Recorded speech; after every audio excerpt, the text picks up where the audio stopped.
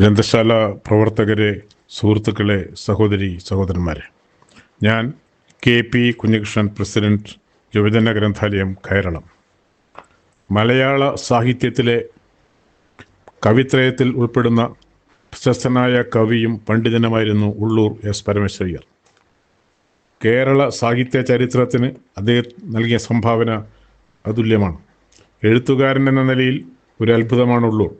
20-ാം നൂറ്റാണ്ടിലെ മലയാള കവിത്രയങ്ങളിൽ കുമാരനാശാൻ, വള്ളത്തോൾ എന്നിവർക്കൊപ്പം യുഗസ്രഷ്ടാവായി നിൽക്കുന്ന ഉള്ളൂർ തികഞ്ഞ പാണ്ഡിത്യത്തിൻ്റെ ഉറവിടമായിരുന്നു. ഉയർന്ന ഔദ്യോഗിക പദവികൾ വഹിക്കുന്നതിനിടയിലാണ് കവിതയിലും വൈജ്ഞാനിക മേഖലയിലും തുല്യ പ്രഭാവത്തോടെ ഉള്ളൂർ പ്രവർത്തിച്ചത്.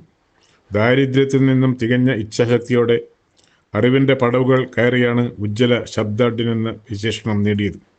ആശാനാശയ ഗംഭീരൻ, വള്ളത്തോൾ ശബ്ദസുന്ദരൻ, ഉള്ളൂർ ഉജ്ജ്വല ശബ്ദാഢ്യൻ, KC എല്ലാം തികഞ്ഞവൻ. 1877 ജൂൺ 5 ചങ്ങനാശ്ശേരിയിലാണ് ഉള്ളൂർ ജനിച്ചത്. പെരുന്ന താമരശ്ശേരിയിലത്തെ ഭഗവതി അമ്മാളുമായിരുന്നു അമ്മ. അച്ഛൻ തിരുവനന്തപുരത്തെ ഉള്ളൂർ സ്വദേശി സുബ്രഹ്മണ്യ അയ്യരുമായിരുന്നു. സാംബശിവൻ എന്നാണ് മാതാപിതാക്കൾ പേരിട്ടതെങ്കിലും പരമേശ്വരൻ എന്ന വിളിപ്പേരാണ് ഉറച്ചത്. വിദ്യാഭ്യാസം തിരുവനന്തപുരം മഹാരാജാസ് കോളേജിൽ നിന്നും തത്വശാസ്ത്രത്തിലെ ബിരുദവും പിന്നീട് നിയമ ബിരുദവും നേടി.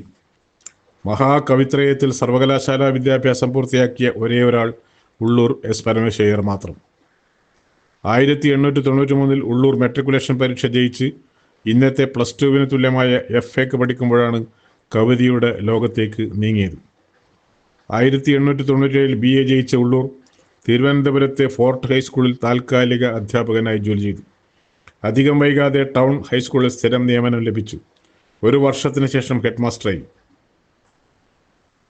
ഈ സമയമാകുമ്പോഴേക്കും ഉള്ളൂർ കവിയായും അറിയപ്പെടുകയായിരുന്നു. സ്കൂൾ അധ്യാപകനായിരിക്കുമ്പോഴാണ് ഉള്ളൂരിന് തിരുവിതാംകൂർ സർക്കാർ സർവീസിൽ ജോലി ലഭിക്കുന്നത്. സെൻസസ് കമ്മീഷണർ ഓഫീസിൽ ഗുമസ്തനായി ജോലിയിൽ പ്രവേശിച്ച അദ്ദേഹം 1932 വിരമിക്കുന്നത് വരെ സർക്കാർ സർവീസിൽ തുടർന്നു. ഔദ്യോഗിക ജീവിതത്തിനിടയിലും തമിഴിലും മലയാളത്തിലും MA ബിരുദങ്ങൾ അദ്ദേഹം കരസ്ഥമാക്കി. 1906 ഉള്ളൂർ സെക്രട്ടേറിയറ്റിൽ ഉദ്യോഗസ്ഥനായി. തഹസിൽദാരായി പ്രവർത്തിച്ചു. 1910 മുൻസിഫായി. ദിവാൻ, പേഷ്കാർ വരെയുള്ള പദവികൾ വഹിച്ച ഉള്ളൂർ ലാൻഡ് റവന്യൂ കമ്മീഷണറായാണ് ഔദ്യോഗിക ജീവിതത്തിൽ നിന്നും വിരമിച്ചത്. ദീർഘമായ ഈ ജീവിതത്തിന് ഇടയിലാണ് ഉള്ളൂർ കവിയും ഗവേഷകനും എന്ന നിലയിൽ കീർത്തിമാനായത്. ഭാഷാഭൂഷണി, മലയാള മനോരമ, രാമാനുജൻ തുടങ്ങിയ ആനുകാലികങ്ങളിലൂടെയാണ് ഉള്ളൂർ കാവ്യരംഗത്തേക്ക് പ്രവേശിച്ചത്. കേരളവർമ്മ വലിയ കോയി തമ്പുരാനുമായുള്ള ബന്ധം അദ്ദേഹത്തിൻ്റെ കാവ്യ സബരിയെ വളർത്തി. വിഖ്യാതമായ പ്രാസവാദത്തിൽ കേരളവർമ്മ പക്ഷത്തിൻ്റെ പടനായകരിൽ ഒരാളായിരുന്നു ഉള്ളൂർ. കേരളവർമ്മയുടെ മയൂര സന്ദേശം ഇംഗ്ലീഷിലേക്ക് പരിഭാഷപ്പെടുത്തുകയും ചെയ്തു. കുറ്റിപ്പുറത്ത് കേശവൻ നായർ, പന്തളം കേരളവർമ്മ, കുണ്ടൂർ നാരായണമേനോൻ, ഒടുവിൽ കുഞ്ഞികൃഷ്ണമേനോൻ തുടങ്ങി അവരുമായി ചേർന്ന് കൂട്ടുകവിതകളും രചിച്ചു. പ്രാസവാദത്തിൽ ദ്വിതീയാക്ഷരപ്രാസത്തിൻ്റെ മഹത്വം വെളിവാക്കുക എന്ന ലക്ഷ്യത്തോടുകൂടി 1914 രചിച്ച മഹാകാവ്യമാണ് ഉമാകേരളം. 1931 പ്രസിദ്ധീകരിച്ച മണിമഞ്ജുഷയിലെ പ്രേമസംഗീതം എന്ന കവിതയിൽ ഉള്ളൂർ എഴുതി: വിളക്ക് കൈവശമുള്ളവനെങ്ങും വിശ്വം ദീപമയം, വെണ്ണ മനസ്സിൽ വിളങ്ങിന ഭദ്രന് മേന്മേലമൃതമയം. ആഴഞ്ചേരി തമ്പ്രാക്കളിലും അയ്യൻ പൊലയനിലും അങ്ങ് കൃമിയിലുമുള്ള പരമാത്മ ചൈതന്യത്തെ പ്രകീർത്തിക്കുന്ന പ്രേമസംഗീതം ഉള്ളൂരിൻ്റെ കാവ്യജീവിതത്തിലും ജീവിത സങ്കല്പത്തിലും വന്ന മാറ്റത്തെ കൂടി ഉദാഹരിക്കുന്നു. വെൺമണി പ്രസ്ഥാനത്തിൻ്റെ അനന്തരാവകാശി എന്ന നിലക്കുള്ള കാവ്യജീവിതമാണ് വള്ളത്തോൾ ആരംഭിച്ചതെങ്കിൽ കേരളവർമ്മ പ്രസ്ഥാനത്തിൻ്റെ പിന്തുടർച്ചാവകാശി എന്ന നിലക്ക് കവനശൈലി രൂപപ്പെടുത്തിയ കവിയാണ് ഉള്ളൂർ.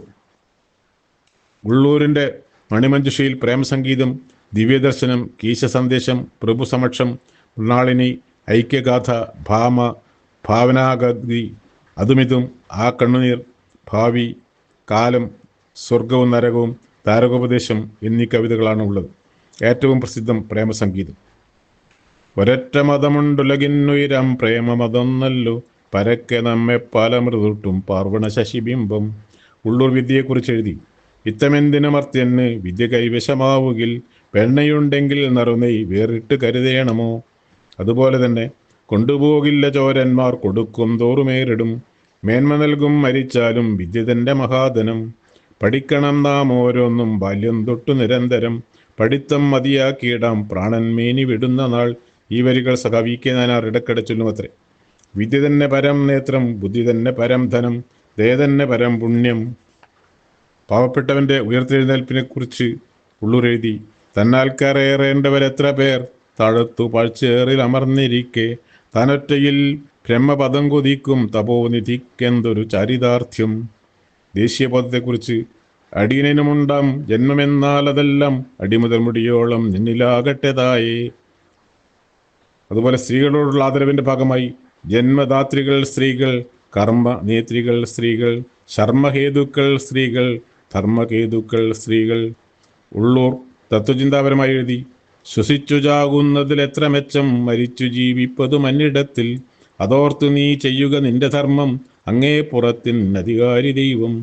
സാമൂതിരിയുമായുള്ള യുദ്ധത്തിൽ പെരുമ്പടപ്പ് രാജവംശത്തിലെ ജ്യേഷ്ഠൻ സ്വർഗം പുകിയെന്ന വാർത്ത കേട്ട് ഇനിയെന്ത് വേണമെന്ന് അനുജൻ അമ്മയോട് ചോദിക്കുന്ന സന്ദർഭം, കർമ്മരംഗത്തേക്ക് ഇറങ്ങാതെ മയക്കത്തിൽപ്പെട്ടവർക്ക് കരളിൽ തറക്കുന്ന അമ്പാണ് ശ്വസിച്ചു ചാവുക എന്ന പ്രയോഗം.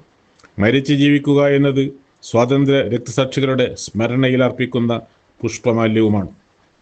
ഞാൻ ആരാധിക്കുന്ന ആദർശത്തിൻ്റെയും വിശ്വാസത്തിൻ്റെയും പേരിൽ കഴിവേറേണ്ടി വന്ന ധീരപുരുഷന്മാരുടെ അമ്മമാർക്കുള്ളതാണ് വരികൾ. മാതൃഭൂമിയുടെ സ്വാതന്ത്ര്യത്തെ സംരക്ഷിക്കുന്നതിന് വേണ്ടി സ്വന്തം മക്കളെയും തങ്ങളെ തന്നെയും ബലികൊടുക്കുന്ന ധീരപുരുഷന്മാരുടെ അമ്മമാർക്കുള്ള പ്രതീകങ്ങളാണ് ഇത്തരം കൃതികൾ. ഔദ്യോഗിക ജീവിതത്തിൽ നിന്നും വിരമിച്ച ഉള്ളൂർ കൂടുതൽ കർമ്മോത്സുകനായി തീരുകയാണ് ചെയ്തത്. പി കെ പരമേശ്വരൻ നായർ അതേപ്പറ്റി പറഞ്ഞത്, സാധാരണ വലിയ ഉദ്യോഗസ്ഥന്മാർ പെൻഷൻ പറ്റാറുള്ളത് ഏതാണ്ടൊരു അജ്ഞാതവാസത്തിലേക്കാണ്. അവസാനമായി നിറയൊഴിഞ്ഞ തോക്കുകൾ പോലെ അവർ തുരുമ്പിക്കാനാണ് തുടങ്ങുക. എന്നാൽ ഉള്ളൂർ പെൻഷൻ പറ്റിയത് കൂടുതൽ നവീനവും കർമ്മോന്മുഖമായ ഒരു ജീവിതം ആരംഭിക്കാനായിരുന്നു.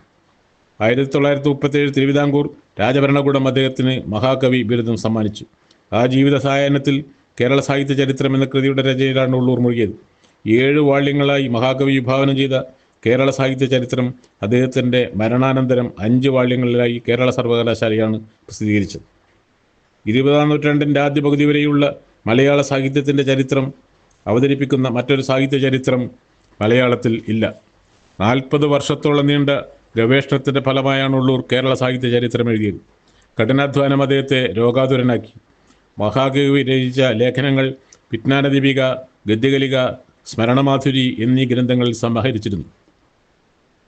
കർണഭൂഷണം, പിങ്കള, ചിത്രശാല, ഭക്തിദീപിക, ചിത്രോദയം, ദീപാവലി, ചൈത്രഭാവം, ശരണോപഹാരം, ഖണ്ഡകാവ്യങ്ങൾ, കാവ്യചന്ദ്രിക, കിരണാവലി, താരഹാരം, തരംഗിണി, മണിമഞ്ജുഷ, ഹൃദയകൗമുദി, രത്നമാല, അമൃതധാര, കൽപ്പശാഖി, തപ്തഹൃദയം, കവിതാ സമാഹാരങ്ങൾ എന്നിവയാണ് ഉള്ളൂരിൻ്റെ പ്രധാന കൃതികൾ. മഹാകവി ഉള്ളൂരിന് നിരവധി ബഹുമതികൾ ലഭിച്ചിട്ടുണ്ട്. കൊച്ചി മഹാരാജാവ് കവിതിലകൻ ബിരുദവും, ബ്രിട്ടീഷ് ഇന്ത്യ സർക്കാർ നിന്നും റാവു ബഹദൂർ സ്ഥാനവും, കാശി വിദ്യാപീഠത്തിൽ നിന്ന് സാഹിത്യഭൂഷൺ ബഹുമതിയും ലഭിച്ചു. ഐത്തത്തെ എതിർത്ത ലേഖനങ്ങൾ എഴുതിയ ഉള്ളൂരിന് ക്ഷേത്രപ്രവേശന വിളംബരമുണ്ടായപ്പോൾ ബ്രാഹ്മണ സമൂഹം ജാതിഭ്രഷ്ട കൽപ്പിച്ചു. 1949 ജൂൺ 9 ഉള്ളൂർ സാഹിത്യരചന പൂർത്തിയാക്കി. ഉള്ളൂർ ഒരിക്കൽ ശ്രീനാരായണ ഗുരുവിനെ കാണാൻ പോയി. സമയം ഉച്ച, ഭക്ഷണം കഴിക്കേണ്ട സമയം. ഗുരു ഉള്ളൂരിനെ ഉച്ചഭക്ഷണത്തിന് ക്ഷണിച്ചു. ഉള്ളൂർ ഒന്നും പറയാൻ പറ്റാത്ത സാഹചര്യത്തിൽ ഉണ്ണാൻ സമ്മതിച്ചു. ഉള്ളൂരിൻ്റെ പ്രയാസം ഗുരുവിന് മനസ്സിലായി. എല്ലാവരും ഒരുമിച്ചിരുന്ന് ഭക്ഷണം കഴിക്കുന്ന രീതിയാണ് അവിടെ. ഉള്ളൂരും കൂട്ടത്തിലിരുന്നു. എല്ലാവർക്കും ഭക്ഷണം വിളമ്പി. ഗുരു പറഞ്ഞു, എല്ലാവരും ഒരുമിച്ച് പപ്പടം പൊട്ടിക്കണം. എല്ലാവരും ഒരുമിച്ച് പപ്പടം പൊട്ടിച്ചു. ഗുരു ഉള്ളൂരിനോട് ചോദിച്ചു, പൊടിഞ്ഞില്ലേ? ഉള്ളൂരിൻ്റെ കാര്യം ബോധ്യപ്പെട്ടു. താങ്കളുടെ ഐത്തം പോയില്ലേ എന്നാണ് ഗുരുവിൻ്റെ ചോദ്യം. ഉള്ളൂർ മറുപടി പറഞ്ഞു, പൊടിഞ്ഞു. ഇതിനെ എത്രയോ കാര്യങ്ങൾ. തൻ്റെ സാഹിത്യ സംഭാവനകൾ ജനങ്ങൾക്ക് വേണ്ടി സമർപ്പിച്ചുകൊണ്ട് സാഹിത്യ നഭോമണ്ഡലത്തിലെ ആ അഗ്നി അണഞ്ഞു. മഹാകവിയും പണ്ഡിതശ്രേഷ്ഠനുമായ ശ്രീ ഉള്ളൂർ എസ് പരമേശ്വരയ്യർ 1949 ജൂൺ 15 നമ്മെ വിട്ടുപിരിഞ്ഞു. ഇന്നേക്ക് 77 വർഷം പൂർത്തീകരിക്കുന്നു.